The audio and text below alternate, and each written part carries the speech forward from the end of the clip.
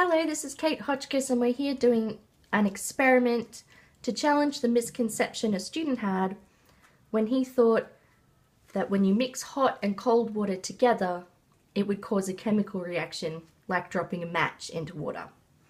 So what we've got is boiling water and cold water from the fridge, and we've got a control, which is the tap water or the room temperature water. We're going to pour water into each of these here. They're the same size.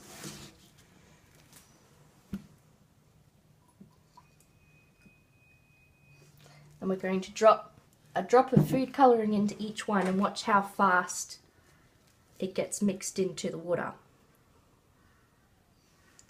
So we're going to drop them in at the same time.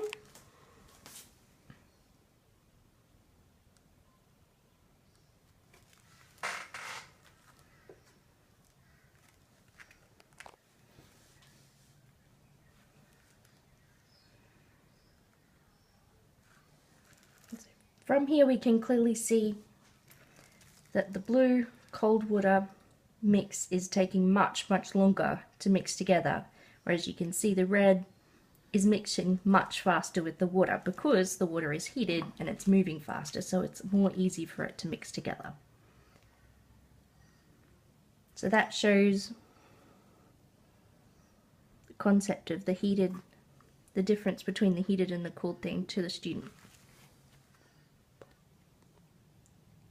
For the second step of the experiment, what I've done is I've filled both of these jars up till there was a lip formed on the top of water, and then I put a cardboard piece over the top of this one and flipped it.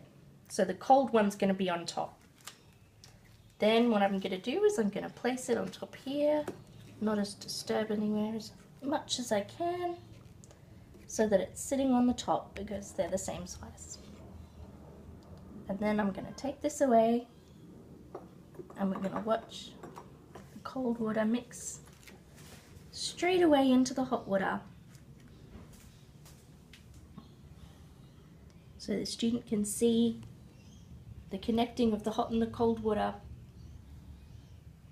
and how straight away that hot water started to mix with the cold water.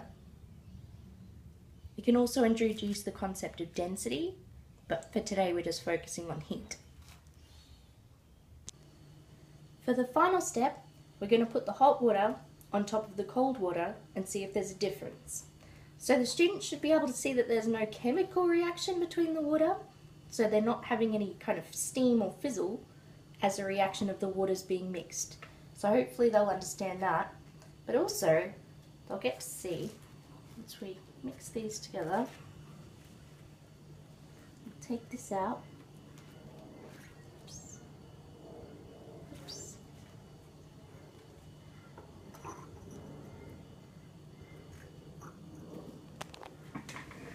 As you look, the blue and the red water are staying completely separate, and this is where density comes in, because heated water is less dense than cooled water.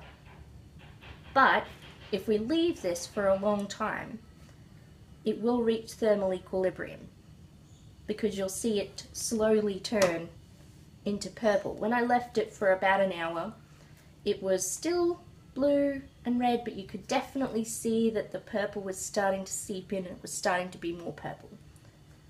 So that's how we're going to challenge the misconception the student had.